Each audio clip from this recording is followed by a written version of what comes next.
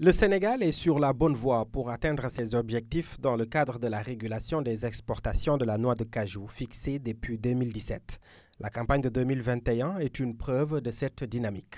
Le volume exporté en 2021 a connu un pic très significatif comparativement aux exportations des années précédentes. Il est estimé à 82 527 tonnes, représentant une valeur financière chiffrée à 54 milliards 963 millions 144 504 francs CFA.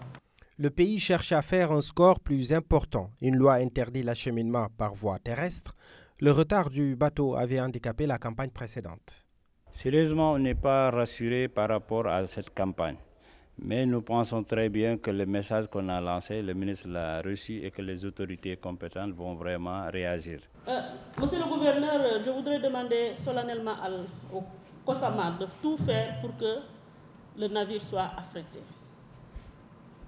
Parce que aussi, si nous obligeons les acteurs à faire transporter la noix uniquement par la voie maritime, il ne faudrait pas de notre côté qu'ils soient en tout cas confrontés à de telles difficultés.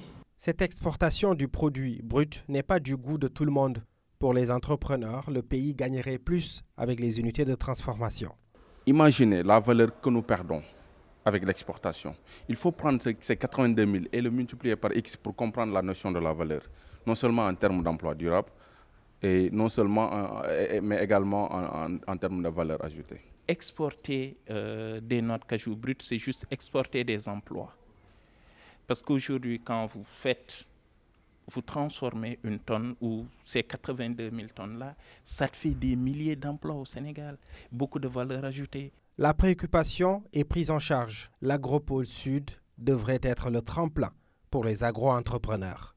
Sur le moyen de production, la contrainte principale reste le rendement, la productivité avec le vieillissement des plantations. Il y a tout un programme de renouvellement des plantations qui sont en cours, qui ont démarré. Malheureusement pas pour l'anacarde, mais je pense que cette campagne l'anacarde va démarrer. On a démarré sur la mangue, on va démarrer sur l'anacarde. Au-delà de ce renouvellement, il y a tout ce qui est renforcement de capacité pour les bonnes pratiques agricoles, qui est aussi en cours. Maintenant, dans le maillon de la transformation, ce qui est prévu dans l'Agropole, c'est que l'État mette le cadre et les conditionnalités pour permettre au secteur privé de pouvoir quand même investir dans la transformation. Les enjeux sont donc compris par tous. Le Sénégal compte renforcer la filière en profitant de toute la chaîne de valeur et ainsi booster l'économie nationale.